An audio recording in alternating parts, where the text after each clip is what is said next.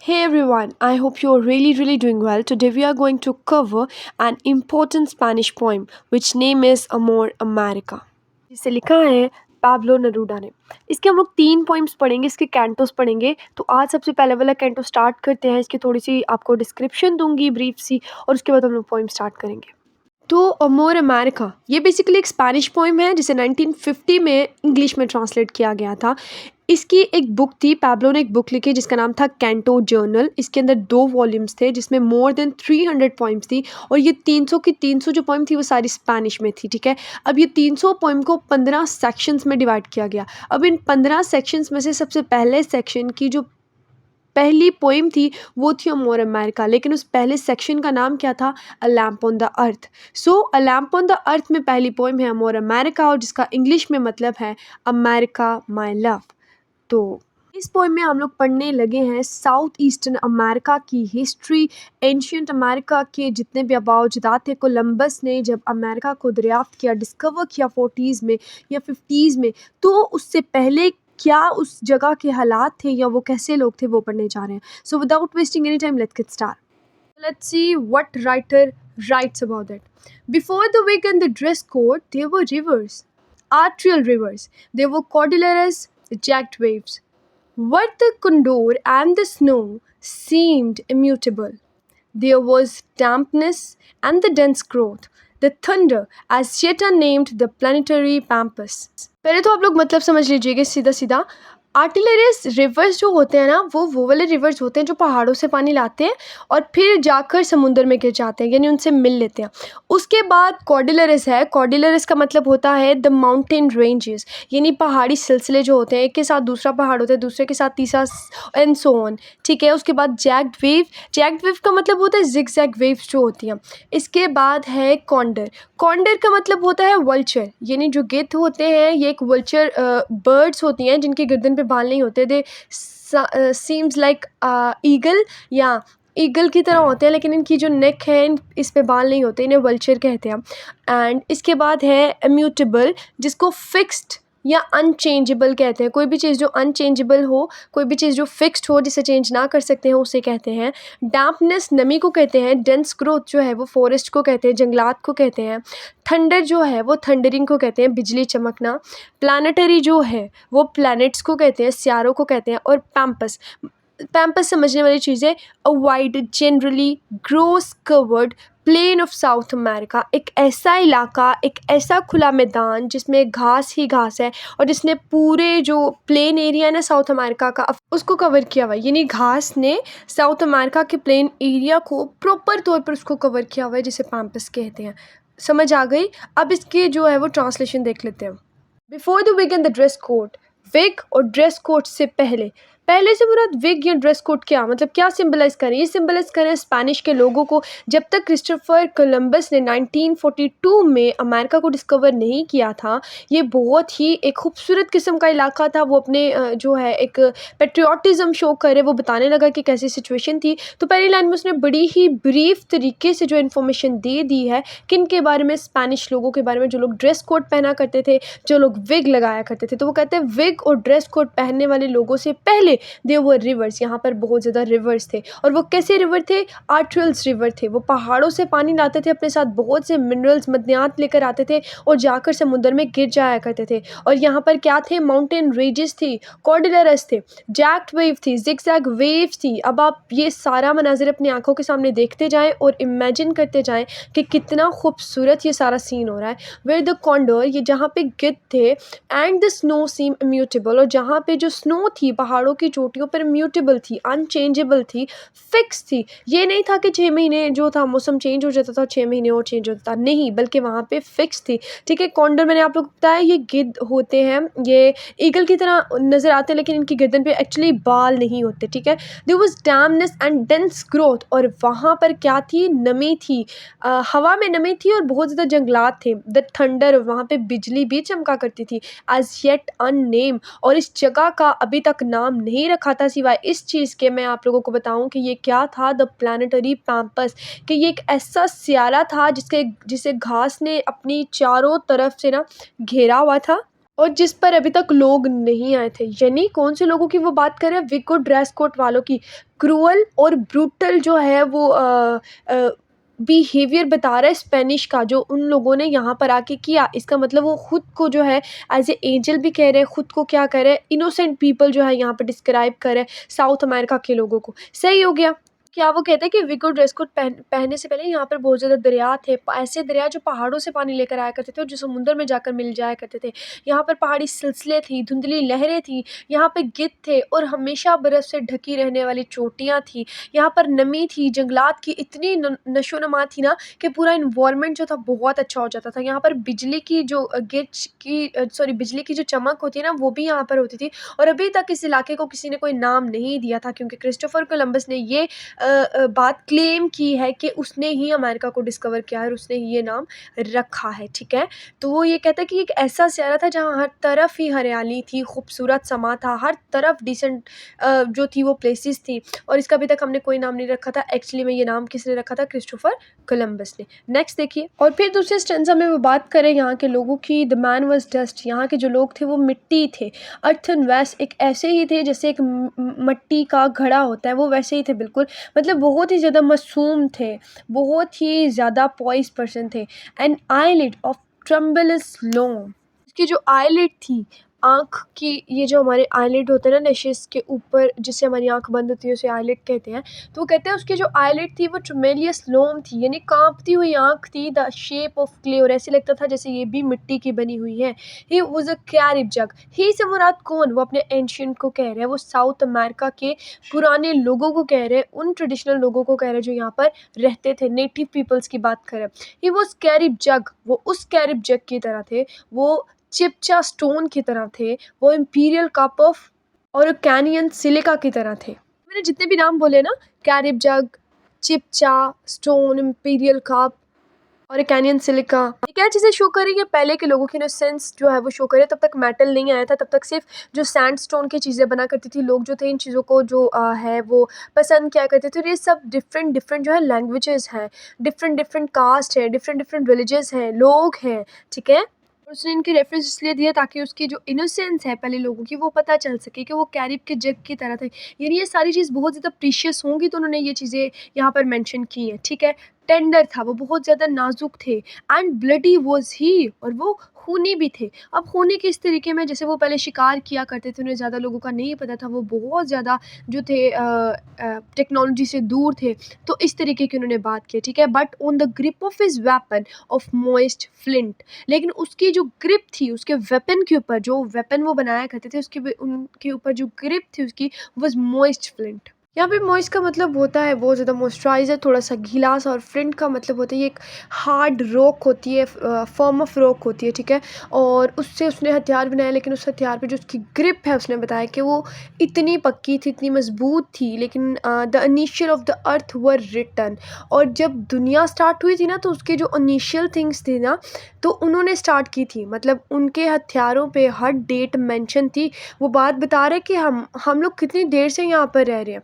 ठीक है, और क्रिस्टोफर कोलंबस आके ये कह रहा है कि जी अमेरिका मैंने दरियाफ्त किया है, ऐसा कुछ नहीं है। बल्कि वहाँ के नेटिव्स लोगों के बारे में वो बता रहा है कि वो लोग कितने पुराना हो गया है, कितना पुराना टाइम हो गया कि वो कब के इतनी देर हो गया हम लोग यहाँ पे रह रहे हैं। वो कभी हथियारों की बात करें और कभी इतने पुराने टूल्स की बात करें, कभी जग की बात करें, कभी लैंग्वेजेस की बात करें, कभी नेचर के ज़रिए वो बता रहे हैं कि यहाँ के नेटिव्स बहुत पहले से यहाँ पर रह रहे हैं। नेक्स्ट कहते हैं, no one could remember them afterward, the wind forget them, the language of water was buried, the caves were lost or flooded with the silence or blood. अब इस स्टेंजा में बात करें कि स्पेनिश लोग जो हैं वो यहाँ पर आ चुके हैं, क्रिस्टोफर कोलंबस जो है अमेरिका को दरियाफ्त कर चुके हैं, डिस्कवर कर चुके हैं, और वो बात करें कि इसके बाद जो है कि किसी ने भी नेटिव्स को, वहाँ के रहने वाले नेटिव्स को याद नहीं किया। वहाँ की जो कभी नमी वाली हवा थी उन्होंने उसको भुला दिया। द लैंग्वेज ऑफ वाटर, पानी की जो ज़ुबान थी वो दफना दी गई। पानी की ज़ुबान से मुराद यहाँ पर कितने ज़्यादा अपने साथ मैंने आप लोगों को बताया मिनरल्स लेकर आते थे, मदनियात लेकर आते थे, लेकिन वो सारा जो फ़ायदा था वो क्या लोग थे, स्पेनिश लोग उठाना स्टार्ट हो गए थे। द कीज़ वर लॉस्ट, कौन से कीज़ की यहाँ पे बात करें, वो कीज़ हेल्पलेस की बात करें, और फ्लडेड विद द साइलेंस और ब्लड, खामोशी के साथ वो चाबियाँ गुम गई, उस फ्लड में बह गई या खून में बह गई। वो कौन सी चाबियों की बात करें, कौन से फ्लड की बात करें, वो हेल्पलेस की बात करें। वहाँ के लोग जब नेटिव पीपल हेल्पलेस हो चुके थे, अपने लिए कोई राइट्स नहीं ले सकते थे, कोई आवाज़ नहीं उठा सकते थे, तो बहुत ज़्यादा हेल्पलेस हो चुके थे। तो उस साइलेंस को यहाँ पे बात की, उस साइलेंस के फ्लड में वो जो कीज़ थी वहाँ रहने की, एक इनकरेजमेंट थी वहाँ पर, वो कहीं खो गई थी, लॉस्ट हो गई थी। ठीक है, उस खून में इतने लोग मरे थे वहाँ पर, उस खून में जो थी वो सारी चीज़ें गुम हो गई थी। तो नेक्स्ट, और अब इस टेंजा में वो अपने पैस्ट्रल्स ब्रदर की बात करें। यहाँ पर दोनों मतलब ले सकते हैं। पैस्ट्रल वैसे पादरी को कहा जाता है जो चर्च में होते हैं, तो पैस्ट्रल्स ब्रदर पादरी भाइयों, लेकिन दूसरा इसका मतलब चरवाहे भी हो सकते हैं। ठीक है, तो क्योंकि वो जिस तरह की वहाँ की चीज़ों की बात करें, जिस तरह के इनोसेंट पीपल की बात करें, so definitely may be he talk about the pastorals brother, यानी चरवाहों की वो बात कर रहा हो। वो अपने भाइयों से कहते हैं लाइफ वॉज नॉट लॉस्ट, कि ज़िंदगी अभी ज़ाया नहीं हुई मेरे पादरी भाइयों, या मेरे चरवाहे भाइयों, but like a wild rose, लेकिन एक जंगली गुलाब की तरह। A red drop fell into the dense growth, लेकिन एक लाल सुर्ख कतरा गिरा जंगलात में। And a lamp of earth, और जो जिंदगी का या अर्थ का जो चिराग था वो एक्सटिंग्विश, बुझ गया था। यहाँ पे वाइल्ड रोज से मुराद क्या है, वाइल्ड रोज़ से मुराद ये है, एक वाइल्ड और दूसरा रोज़। जो रोज़ होते हैं वो वाइल्ड नहीं होते, लेकिन दोनों ही जो हैं बड़े कॉन्ट्रोडिक्टरी वर्ड्स जो हैं वो यूज़ हुए हैं। ये दोनों वर्ड्स क्या सिंबलाइज कर रहे हैं, स्पेनिश के ब्रूटल बिहेवियर को। वो कहते हैं कि ज़िंदगी अभी ज़ाया नहीं हुई है, क्योंकि हाँ ये बात ठीक थी कि जो जंगली रोज़ आए थे, जब उन्होंने बहुत ज़्यादा खून बहाया था, ब्लडशेड हुई थी, तो उसमें से एक जो ड्रॉप था ना, वो डेंस ग्रोथ में गिर गया था, और जो ज़िंदगी का चिराग था ना, वो बुझ गया था। यानी वो अपने नेटिव लोगों की ज़िंदगी की बात कर रहे हैं कि वहाँ पे उनकी ज़िंदगी जो थी वो बुझ गई थी।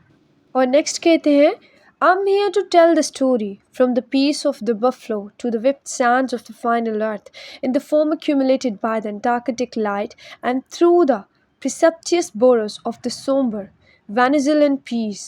I looked for you, my father, young warrior of darkness and copper, or you new petal plant, untamable hair, mother semen, metallic dove. तो सबसे पहले तो मतलब देखिए, बफलो का मतलब होता है भैंस, और विप्ट का मतलब होता है कोड़े मारना, एक्यूमुलेट का मतलब होता है जमा हो जाना, और यहाँ पे एक्यूमुलेट जो है वो फॉर्म है, किसी भी फॉर्म का जमा हो जाना, किसी भी चीज़ का। अंटार्कटिक लाइट यहाँ पे इसलिए यहाँ पे यूज़ हुई है क्योंकि अंटार्कटा में 6 महीने जो है वो सूरज लगातार निकलता है, और 6 महीने जो है सूरज बिल्कुल नहीं निकलता। ठीक है, परसिपिचस जो मतलब है, इसका मतलब होता है, परसिपिचस का मतलब तेज़ होता है। ठीक है, बोरो का 2 चीज़ें मतलब होती हैं, एक उधार लेना होता है, एक होता है टनल, होल। ठीक है, सोम्बर का मतलब होता है डल या डार्क कलर, जो डल होते हैं ना, बहुत ही लाइट कलर होते हैं, जिनमें कोई रौनक नहीं होती, उनको सोम्बर कहते हैं। इसके अलावा सैडनेस को भी सोम्बर कहते हैं। वेंजुलन पीस का मतलब होता है कि ये जो वेंजुलन सिटी है ना, ये साउथ अमेरिका के एंड पे जाके ये वेंजुलन सिटी बनती है। ठीक है, तो ये एक वेंजुलन पीस जो है ये इनका एक टूल है। ठीक है, तो इसको यूज़ करते हैं कि हमें पीस चाहिए। इसके बाद कॉपर को तांबा कहते हैं, और न्यूपिटल प्लांट जो है वो यूज़ होता है शादी का पौधा, मतलब उसे मानते हैं, इनका मिथ है साउथ अमेरिका का कि उसको शादी की कितनी भी रिचुअल्स होती हैं, शादी के रिलेटेड जितनी भी चीज़ें होती हैं वो सारी न्यूपिटल उन्हें कहा जाता है। न्यूपिटल प्लांट यानी शादी का पौधा। और शादी से मुराद के prosperity, happiness, love, Joy symbol हैं ये सारे इसके। इंटैमेबल का मतलब होता है कि जो चीज़ कंट्रोल में ना हो, हाथ में ना हो। ठीक है, और मदर सेमन, साउथ अमेरिका में ना मगरमच्छ को सेमन कहा जाता है, और मदर सेमन यानी मगरमच्छों की जो माँ होती है। और मेटालिक डव यानी धाती कबूतर, हाँ जो धाती फातखा होती है ना, जो धात की बनी होती है, मेटल की होती है, फातखा डव जो होती है उसको कहा गया जी। तो इन लाइंस में वो क्या कर रहे हैं, वो अपने आबाओ अजदाद से बात कर रहे हैं, भाइयों से बात कर रहे हैं। वो कह रहे हैं कि ऐ मेरे फादर, ऐ मेरे यंग वॉरियर्स जो कि अंधेरे में गुम हो गए थे, मैंने तुम लोगों को ढूंढने की कोशिश की, और मैंने अपना स्टार्ट कहाँ से किया, from the peace of the buffalo and the swift sands of the final रेत। मैंने जो भैंस है उससे स्टार्ट होकर रेत के हर जर्रे में फाइनल अर्थ तक जो है मैंने आपको ढूंढना स्टार्ट किया। ठीक है, जहाँ से बफलो जो है वो खेत में स्टार्ट होते हैं ना, बफलो जो होते हैं वो खेत में होते हैं, तो वहाँ से मैंने स्टार्ट किया फिर मैंने धुंधली लहरों में जो है जमा हो जाती है सारी अंटार्कटिक लाइट में आकर, यानी मैंने आपको बताया था 6 महीने वहाँ पर सूरज निकलता है, 6 महीने नहीं निकलता। तो मैंमैंने अंटार्कटिक लाइट में भी, अंटार्कटिका में भी जाकर आप लोगों को ढूंढने की बहुत कोशिश की है। मैंने वेंजुलन पीस में भी, यानी वेंजुलन की सिटी में जाकर उनका जो टूल है, जो उनके सारे वो लोग नारे लगाते हैं अपने पीस के लिए लड़ाई करें, मैंने वहाँ भी आप लोगों को जाकर ढूंढा है, ठीक है। मैंने टनल्स में आप लोगों को ढूंढा, मैंने सैडनेस में आप लोगों को ढूंढा है। मैंने जो शादी के पौधा है जो इतनी खुशियाँ लेकर आता है, उन खुशियों में आपको ढूंढने की कोशिश किया है। जो बाल कभी कंट्रोल्ड नहीं हो सकते थे, उन जुल्फ़ों में, उन बालों में आपको ढूंढने की कोशिश किया। मैंने मगरमच्छों की माँ में आपको ढूंढने की कोशिश किया। मैंने उस हाथी कबूतर में आपको ढूंढने की कोशिश किया है। और ये सारी चीज़ें क्या थी, सारी चीज़ें कब हुई? वेंजिलन पीस क्यों नहीं आज वेंजिलन की सिटी में? क्योंकि वहाँ पे गोरों ने आकर कब्ज़ा कर लिया था, ठीक है। कितनी डार्कनेस हो गई, अंटार्कटिका की जो लाइट है उसमें धुंध आना स्टार्ट हो गई है। वो क्यों आना स्टार्ट हो गई? क्योंकि वहाँ पे भी लोगों ने जो है अपना कब्ज़ा जमा लिया है। जो साइमन है, मगरमच्छों की माँ है, उसको भी गोरों ने अपने कब्ज़े में कर लिया। जो हाथी कबूतर है, जो डव होती है वो ओरिजिनल वाइट होती है, ठीक है। और वो पीस का, अमन का, शांति का निशान होती है। लेकिन मेटालिक से मुराद ये है कि अब कहीं भी पीस नहीं है, कहीं भी जो है शांति, अमन नहीं मिल सकता हमें। तो वो कहता है कि मैं तुम लोगों को स्टोरी बता रहा हूँ, ए मेरे फादर है, मेरे भाइयों, यंग वॉरियर्स ऑफ डार्कनेस, अंधेरों के जंगजू, जो तुम लोग कॉपर के बने हुए, यानी उनके स्टैचूज़ की बात कर रहे हैं। मैंने तुम लोगों को बहुत ढूंढने की कोशिश किया, मैंने ज़मीन का हर ज़र्रा जो है वो तलाश कर दिया, लेकिन तुम लोग मुझे कहीं भी नहीं मिले। अच्छा, वन मोर थिंग, इसकी बहुत सी ट्रांसलेशन है, डिफरेंट डिफरेंट, कुछ चीज़ों में कुछ लाइनें पहले आएंगी, कुछ बाद में, लेकिन ये मुझे ज़्यादा इजी लगी, सो आई चूज़ दिस। तो लास्ट वाला स्टेंजा भी सेकंड लास्ट स्टेंजा से बहुत ही ज़्यादा मिलता जुलता है, और अपनी बात को कंटिन्यू करते हैं यहाँ पे पैब्लो। और वो कहते हैं कि मैं उन्हें ढूंढने निकला था, और जब मैं ढूंढने निकला था तो मुझे उनमें से कोई भी नहीं मिला। उसने पीछे बहुत सी एग्जांपल्स दी, और अब वो इसमें कह रहा है that I Incan of the mud. Incan जो है वो साउथ अमेरिका का बहुत ही जो बाइज़्ज़त कबीला था, और ये अपने आप को उसका पार्ट बता रहा है। और वो कह रहा है कि मैं इनकेन का एक पार्ट हूँ, एक मेंबर हूँ जो दलदल में से उठा है। और उसने एक स्टोन को टच किया है, इन पहाड़ों को टच किया, और उसने उनसे पूछा है कि कौन मेरा वेट कर रहा है। यानी वो सर्च करने के लिए निकला, और सर्च करते करते उसने ये क्वेश्चन किया है कि कौन है जो मेरा यहाँ पर वेट कर रहा है। And squeeze my hand on a hand full of empty crystal. और जब मैंने अपना हाथ खोला ये जानने के लिए, देखने के लिए, तो मेरे हाथ में सिवाय मुट्ठी के, एम्प्टी क्रिस्टल के, खाली रेत के कुछ भी नहीं था। बट आई वॉकड, लेकिन मैं चलता रहा, अमंग ज़ैप्टिक फ्लावर्स के दरमियान से, and the light as sweet like a dare. और हिरन की तरह जो उसकी रोशनी थी वो बहुत ही ज़्यादा मीठी थी। And the shadow was like a green eyelid. और उसका जो शेडो था वो ऐसे था जैसे ग्रीन पल्प की तरह हो, ग्रीन आईलिड की तरह हो। यहाँ से वो सब्ज़ जो वादियाँ हैं उनके बारे में बात करें, अपनी वो चीज़ों के बारे में बात करें कि हाँ ठीक है, मैं यहाँ पर आया हूँ, मैंने यहाँ पर जो है आप लोगों को सर्च करने की कोशिश किया, लेकिन यहाँ पर मुझे ज़ेप्टिक फ्लावर्स मिले हैं। ज़ेप्टिक जो है एक ये भी कबीला है, और ये बहुत ही ज़्यादा स्वीट लोग हैं वहाँ के। तो उसने कहा है कि मुझे वो लोग भी यहाँ पर मिले हैं, मुझे हिरनी की तरह यहाँ पर स्वीट स्मेल, स्वीट हवा, स्वीट लाइट भी मिली है। और मुझे यहाँ का जो शेडो है कैसा लग रहा है, जैसे बहुत ही ज़्यादा हरा भरा हो, ग्रीन आइलैंड की तरह लग रहा है जब मैं अपनी आंखें बंद करता हूँ या खोलता हूँ। ऐसे और वो बात करें यहाँ की खूबसूरती की, कि वो एज इट इज़ ऐसी ही है। यहाँ पे ज़ेप्टिक फ्लावर्स भी हैं, यहाँ पे ग्रीन आइलैंड भी है, सब्ज़ा भी है, लेकिन मुझे मेरे इंसेक्टर्स नहीं मिले सिवाय एक मुट्ठी खाली रेत के, और मुझे कुछ नहीं मिले। फिर उसके बाद इन द लास्ट कहते हैं माई लैंड, मेरी ज़मीन, विदाउट नेम, जिसका कोई नाम नहीं है, विदाउट अमेरिका, और वो बिल्कुल अमेरिका नहीं है। इक्विनोक्शियल थ्रेड का मतलब होता है शब और रोज़ का तवाज़ुन, मसावी होना, बराबर होना, यानी दिन रात बराबर होना, उसे ये कहते हैं, उसका धागा कहते हैं। लेंस ऑफ पर्पल यानी शाही नेज़ा, और वैसे लेंस जो है वो ज़मीन को कहते हैं, तो शाही ज़मीन भी हम लोग इसको कह सकते हैं। अरोमा का मतलब खुशबू होती है, ठीक है। तो वो कहता है कि मेरी जो ज़मीन है वो बेनाम है, अमेरिका तो नहीं है, अभी तक नहीं है, बिल्कुल नहीं है, ठीक है। ये जो मसावी जज्बा है, ये जो शाही नेज़ा है, ये जो शाही ज़मीन है, और ये जो दिन रात के तवाज़ुन वाली शाही ज़मीन है ना, इसका जो जज्बा है, इसकी जो खुशबू है, वो मुझ तक पहुँची है उस प्याले से जिस प्याले में मैं पीता हूँ। उस प्याले की जो रूट्स है ना, उससे मुझे खुशबू पी मिली है। और वो क्या पीता है, वो क्या चीज़ें ऑब्ज़र्व करता है, अपने इंसेक्टर्स को, अपने नेटिव्स को, उनको पढ़ता है, उनको देखता है, ठीक है। आई ड्रैंक फ्रॉम, मैं उनसे पढ़ता हूँ, टू द थिनेस्ट वर्ड, और वो एक अजीब सा पतला सा छोटा सा वर्ड जो अभी तक जिसने जन्म नहीं लिया और मेरे मुंह में आते आते जो है वो रुक जाता है। अब ओवरऑल इस पूरे स्टेंजा की बात कर ली जाए तो इस लास्ट में पेब्लो नेरूदा सिर्फ लोगों को, रीडर्स को ये बताना चाहते हैं कि उसकी जो सरजमीन है जहाँ पे उसके नेटिव रहते थे या जहाँ की वो उसने उसका ड्रीम लैंड था, जो उसकी कंट्री थी, वो ऐसी नहीं थी और उसका नाम तो अब अमेरिका नहीं था जब इसके नेटिव्स यहाँ पर रहते थे। और वो कहते हैं कि इसके नेटिव्स की खुशबू फैलाने वाला, यानी मैं अपने नेटिव्स को पढ़ता हूँ, उस प्याले से मुझे जो है ये सब कुछ मिला है और मैं ही हूँ जो इनको जो है वो खुशबू की तरह आगे फैला रहा हूँ, ठीक है, इस प्याले तक। और कहता है कि मैं लोगों से बहुत कुछ कहना चाहता हूँ लेकिन कुछ अल्फाज जो हैं वो मामूली से अल्फाज जो हैं मेरे मुंह तक आकर रुक जाते हैं। तो बस यही थी आज की सारी पोइम अबाउट अमोर अमेरिका। तो अब अगर मैं इसके थीम्स की बात करूँ तो सबसे पहले इसमें नेचर का थीम आ जाता है, हिस्ट्री का आ जाता है, पेट्रोटिज्म आ जाता है, स्पेनिश वॉर, ब्रूटैलिटी आ जाती है, स्पेनिश ब्रूटैलिटी, क्लोनलिज्म सबसे main, identity of self discovery का आ जाता है, मेमोरी एंड नॉस्टैल्जिया का आ जाता है, relationship between human and nature का आ जाता है। इसके अलावा क्या हो सकता है, पॉलिटिकल एंड सोशल इनजस्टिस हो सकता है, डेथ एंड मोर्टैलिटी हो सकता है, कॉम्प्लेक्सिटी ऑफ द वर्ल्ड भी हो सकता है। इसमें दो सिंबल्स यूज़ ज़्यादा हुए हैं, इमेजरी ज़्यादा यूज़ हुई है और मेटाफर ज़्यादा यूज़ हुए हैं। So that is all about today's theme about the poem. I hope आप लोगों को समझ आई होगी। अगर इसके अलावा आप लोगों को लगता है कोई थीम है तो मुझे कमेंट सेक्शन में ज़रूर बताइएगा। Stay tuned for more such video. तब तक के लिए खुदा हाफिज़।